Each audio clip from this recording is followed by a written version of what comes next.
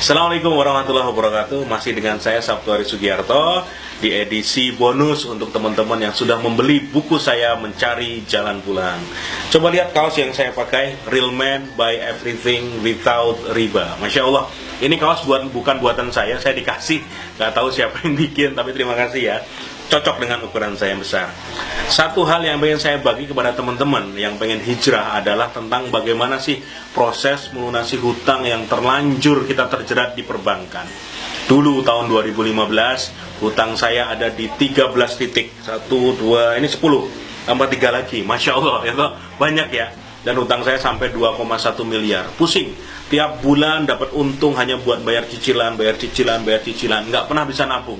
Di luar saya dianggap sebagai pembicara yang sukses, pembicara yang bisa menginspirasi banyak orang, tapi di dalam hatinya nyesek ya toh. Kenapa nggak bisa nabung? Tiap bulan harus keluar untuk bayar utang-utang dengan bunga dan berbunga.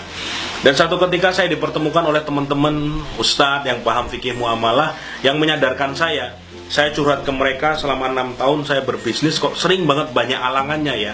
Dari yang tipu karyawan, kecelakaan berkali-kali, kantor dibobol maling, istri saya pun kecelakaan, kebakaran, hampir semuanya terjadi.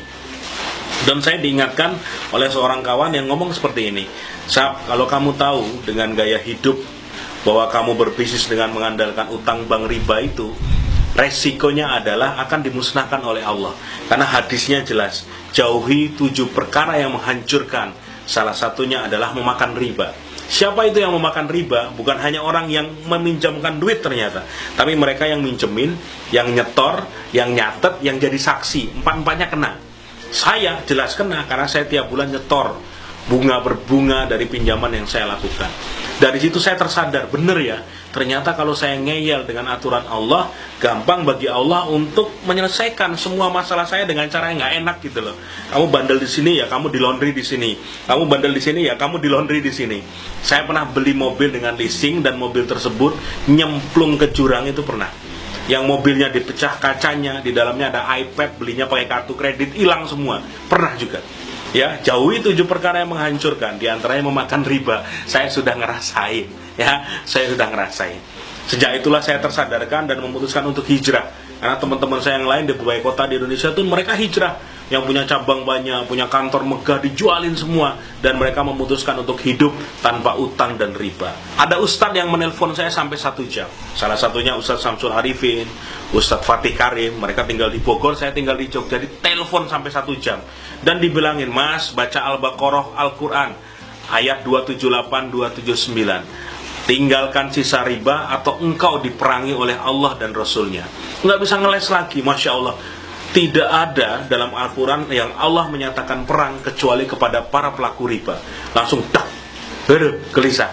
Sejak itulah saya memutuskan rebukan dengan istri bahwa saya akan menjual beberapa aset yang saya miliki untuk melunasi utang. Saya putuskan nih, mana yang akan saya jual, mana yang saya pertahankan.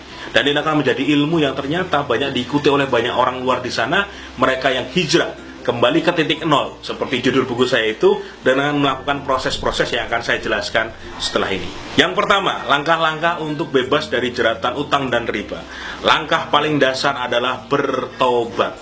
Bertobat, minta ampun sama Allah. Ya, teman-teman yang muslim, sholat tobat sebanyak-banyaknya. Setiap menjelang sholat, sesudah sholat tobat, minta ampun pada Allah karena sudah pernah melakukan transaksi riba. Itu yang pertama. Yang kedua adalah berazam. Berazam itu bercita-cita sampai mentok. Di hati kita sudah tahu bahwa yang namanya riba itu adalah haram. Yang namanya riba itu dilaknat oleh Allah, diperangi oleh Allah. Dan itu jijik. Seperti ketika Allah mengharamkan babi, mengharamkan judi, mengharamkan khamr, berarti kita pun ketika melihat transaksi riba juga harus jijik. Oh, ini kayak babi ya.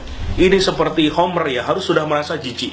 Dari situlah akhirnya dulu saya zaman ketika dapat surat tagihan, yang saya ambil itu spidol besar dan saya tulisi, mohon maaf, itu nama binatang-binatang berkaki 4. Artinya apa? Saya seperti melaknat tagihan itu loh. Wah ya Allah, benar-benar. Tapi yang ini ya, bukan kambing, enggak, yang lebih kejam dari itu. Untuk membuat apa? Rasa benci itu muncul dan bersumpah, ya Allah, bantu saya untuk bisa menyelesaikan ini. Yang ketiga adalah perbaikan ibadah total. Kita harus menyiapkan mental kita untuk menjadi orang yang bebas utang, sudah tobat, sudah berazam, perbaiki ibadah total. Saya ingat dulu tuh saya jarang banget kalau sholat di masjid tuh hanya ketika Jumatan toh. Dulu saya sholat ke masjid itu hanya Jumatan toh. Ketika sudah sadar seperti ini harus mulai paham nih, sholat diutamakan bisa tepat waktu di masjid. Kalau memang saya tidak berhalangan tidak di masjid di jalan ya dilakukan secepatnya di awal waktu. Ketika dalam kondisi sakit saya sholat di rumah ngajak berjamaah ibu saya atau istri saya, tapi diupayakan selalu bisa sholat di masjid berjamaah. Bahkan di beberapa momen ketika di puncak saya pengen lunas hutang dalam hitungan bulan, saya sampai ya memantaskan diri, subuh itu belum azan saya sudah di masjid dan saya azan. Dan sampai nangis azan itu ketika ingat ya Allah saya tuh pengen banget hidup bebas tanpa utang sambil azan subuh tersebut. Memantaskan diri, perbaiki ibadah total agar Allah tuh ngelirik kepada kita gitu loh. Oh ini hambaku yang memang niat beneran. Terus yang keempat apa? Sudah mulai untuk berani melakukan tindakan melepas aset. Misalnya ada suatu barang yang memang kita di sini ini utangnya banyak nih. Ngapain dipertahanin? Mending jual saja. Ada 3 pilihan sebenarnya. Yang pertama amputasi. Amputasi itu langsung jual. Nggak peduli untung rugi, pokoknya terjual dan bisa melunasi utang. Yang kedua rawat inap. Rawat inap itu tidak harus dijual, tapi kita berusaha keras agar ini segera lunas. Misalnya nih, saya punya rumah KPR dulu 15 tahun, saya targetin ya Allah dalam waktu 3,5 tahun lunas. Dan ternyata Allah menguatkan saya, rumah KPR saya itu selesai dalam 3,5 tahun. Tidak jadi saya jual. Yang terakhir ini adalah rawat jalan. Jadi kita selesaikan sesuai dengan jadwal yang sudah dijadwalkan. Misalnya kamu punya tagihan motor nih, sudah selesai, berjalan 2 tahun, tinggal 1 tahun lagi. Motor tersebut tidak harus dijual, kamu boleh menyelesaikan dan itu menjadi hak kamu. Tapi jangan pernah lagi membuka akad riba. Baik tadi yang amputasi, rawat inap maupun rawat jalan, ini sudah satu komitmen tidak akan mengulangi membuka akad riba lagi. Ya, jadi harus komitmen, ini tidak boleh lagi ada akad-akad terbaru, selesaikan yang sudah terjadi dengan terhormat dan jangan pernah mau ditawari utang apapun. Yang kelima adalah mulai menaikkan pendapatan. Misalnya kamu seorang karyawan, punya jam kerja 8 jam, punya utang sekian puluh juta harus diselesaikan, yang kalau dalam hitungan manusia, kamu akan selesai ini butuh waktu 8 tahun dari gajimu toh. Nah, kamu harus berpikir gimana caranya punya pendapatan di luar gaji yang bisa untuk bisa menyelesaikan utang ini secepat-cepatnya. Artinya apa ya? Kamu harus bekerja di luar jam kerja. Memang capek, memang berdarah-darah. Tapi kalau niatnya adalah untuk segera melunasi hutang, bakal ada energi luar biasa yang kamu miliki untuk menyelesaikan itu semua. Mau jadi driver, ojek online juga nggak masalah ya. Belajar jualan online produk orang lain, makelaran pun nggak masalah. Jualin tanah orang, rumah orang, makelar dapat komisi, nggak masalah. Artinya kalian bekerja lebih keras di luar dari masamu bekerja normal supaya mulai memiliki pendapatan untuk menyelesaikan utang-utang tersebut. Yang keenam, tunda semua kesenangan. Handphone nggak usah ganti, nggak usah beli baju baru, nggak usah beli apapun yang hanya mengeluarkan uang secara tidak ada manfaatnya.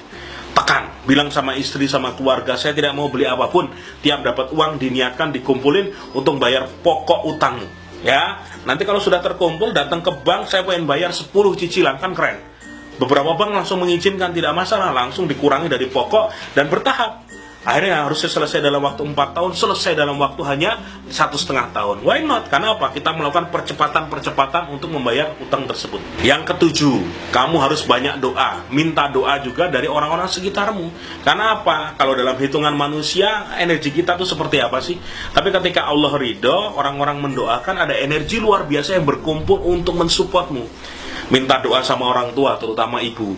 Dulu saya ketika mengejar itu tiap hari minta doa sama ibu, ya doakan bu agar segera lepas dari utang. Ini sofa ini jadi saksi nih. Kalau saya pulang subuhan, kadang saya mencium kaki ibu saya dan minta doa agar utang saya lunas. Ini sofanya. Nah nih sofanya ini jadi saksi. Ya. Terus berikutnya adalah minta doa melalui sedekah. Ada perintah di Al-Quran, kita harus bersedekah dalam kondisi lapang maupun sempit. Dan itu dilakukan saja. Misalnya nih, ketika kalian punya uang, baru punya uang, dapat rezeki 1 juta, sedekahin 100 ribu, 200 ribu, walaupun kamu masih punya utang 5 juta, why not? Nggak masalah. Bayar utang tetap, tapi sedekah jalan terus. Ya, ingat, kalau ada pertanyaan, penting mana sedekah atau bayar utang? Bayar utang itu wajib, sedekah itu sunnah, tapi dilakukan buat orang yang tahu ilmunya, utang di dibayar, sedekah jalan terus. Utang dibayar, sedekah jalan terus. Utang dibayar, sedekah jalan terus. Sedekah jalan terus, utang dibayar. Lama-lama itu akan mempercepat proses. Karena apa? Kata Nabi, orang yang bersedekah akan mendatangkan rezeki. Orang yang bersedekah menjauhkan dari bala. Orang yang sedekah dijamin sehat dan selamat. Ini kan luar biasa. Dijamin rezekinya loh. Why not? Tiba-tiba kamu dapat rezeki luar biasa di luar sana, bayaran lagi buat bayar utang. Terus kayak gitu. Memang sakit, capek, berdarah-darah. Tapi ada satu momen luar biasa yang akan kamu temui, yaitu apa? Ketika satu hari utangmu lunas. Lunas. Bebas dari semua cicilan, dan kamu hidup tenang tanpa utang. Selamat berjuang! Kamu pasti bisa.